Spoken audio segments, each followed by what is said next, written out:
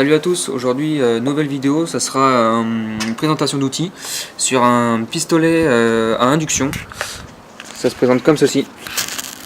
C'est de la marque Kestrel.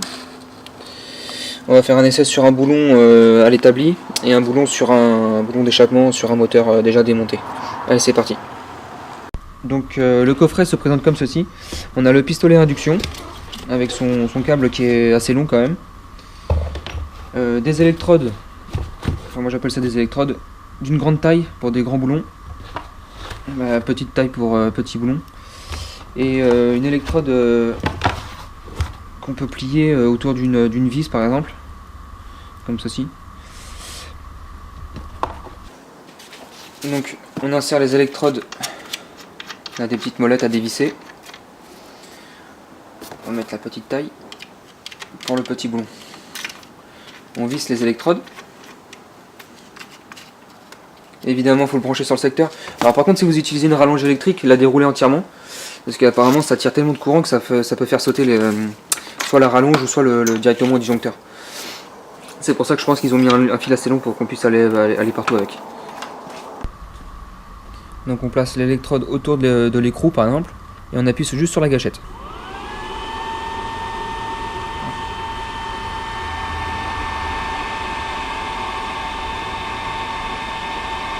Et on voit qu'en quelques secondes ça commence à fumer déjà.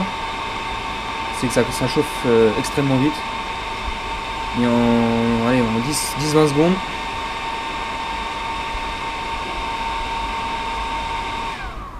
l'écrou est déjà chaud. Donc voilà, c'est hyper pratique quand on utilise, quand on veut extraire un boulon sur un échappement ou autre. Ça marche, ça marche vraiment très bien. En quelques secondes, l'induction, ça fait tout chauffer. Donc là on va tester l'électrode pliante autour d'une vis, toute simple. Donc ça se présente comme ça. Alors il faut faire 2 tours minimum et pas plus de 4 tours. Sinon ça ne fonctionne pas, et plus de tours je crois que ça fait surchauffer. Une fois l'électrode placée, on n'a plus qu'à appuyer sur le bouton et attendre quelques secondes.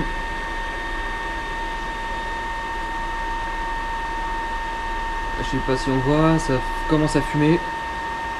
C'est que le boulon est déjà à très haute température.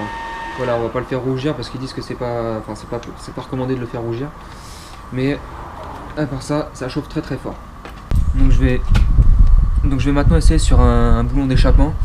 On va voir tout de suite, là il y a un peu de gras là, que ça va tout de suite chauffer.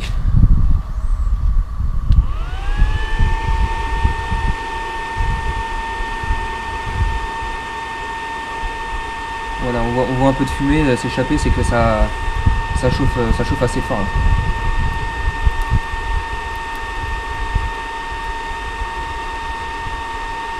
Donc je vais pouvoir utiliser ma clé après pour pouvoir desserrer l'écrou. Les écrous d'échappement, donc en général, ils sont super grippés.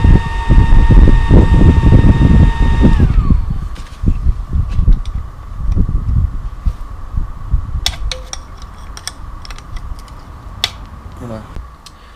Donc voilà, cette vidéo est enfin terminée. Si elle vous a plu, n'hésitez pas à vous abonner. D'autres vidéos arrivent.